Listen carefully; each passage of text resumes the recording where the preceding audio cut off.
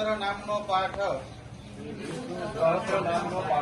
અંત વિનાના હજારો સ્વરૂપવાળા હજારો ચરણ મસ્તક સાથળ અને બાહુવાળા પરમાત્માને નમસ્કાર હો.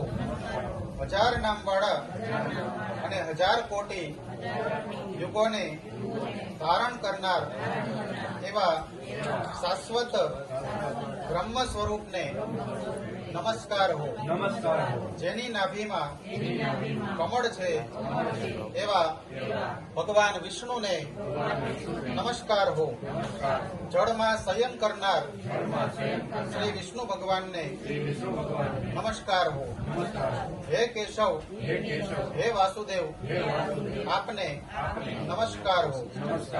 જે વાસુદેવની વાસનાથી ત્રણેય લોક વાસનાવાળા છે અને જેનું સર્વે પ્રાણીઓ તથા પદાર્થમાં નિવાસ સ્થાન છે એવા હે વાસુદેવ, આપને નમસ્કાર હો. બ્રહ્મ સ્વરૂપ અને ગૌ બ્રાહ્મણ મા બ્રાહ્મણ નું હિત કરનાર એવા દેવને નમસ્કાર હો. જગતનું હિત કરનાર શ્રી વિષ્ણુ ભગવાનને શ્રી કૃષ્ણને નમસ્કાર હો. ગોવિંદ સ્વરૂપને નમસ્કાર હો. જેમ આકાશમાંથી પૃથ્વી પર પહેલું પડેલું પાણી સમુદ્રમાં જાય છે તેમ બધા દેવોને કરેલા નમસ્કાર ભગવાન કેશવ પ્રતિ જાય છે. જેના ઘરમાં શ્રી હરિનું ભજન એનો માર્ગ નિષ્કુંઠ છે અને શ્રી હરિના ભજન પૂજન વિનાના કુમાર્ગને જાણવા બધા વેદોને જાણવાથી જે પુણ્ય થાય છે અને સર્વ તીર્થોની યાત્રાથી જે ફળ મળે છે તે સમગ્ર ફળ દુષ્ટોનો નાશ કરનાર શ્રી વિષ્ણુ ભગવાનની સ્તુતિ શ્રદ્ધાપૂર્વક કરવાથી મળે છે.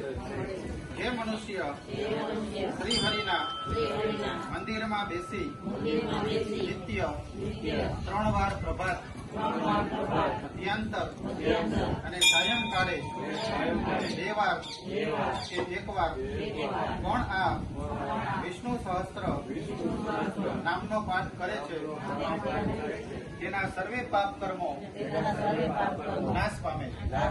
જે મનુષ્ય આ સ્તોત્રનો પાઠ ભાવ ભક્તિથી કરે છે તેના શત્રુઓ પડી જાય છે.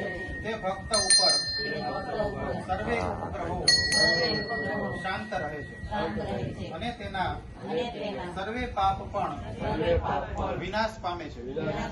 જેને શ્રદ્ધા, ભક્તિ તથા ભાવપૂર્વક આ સ્તોત્રનું ધ્યાન કર્યું કે શ્રવણ એટલે કે સાંભળ્યું કે પાઠ કર્યા તે ભક્તએ સર્વદાન આપ્યા અને દેવોની રૂડા પ્રકારની પૂજા કરી એમ સમજવું.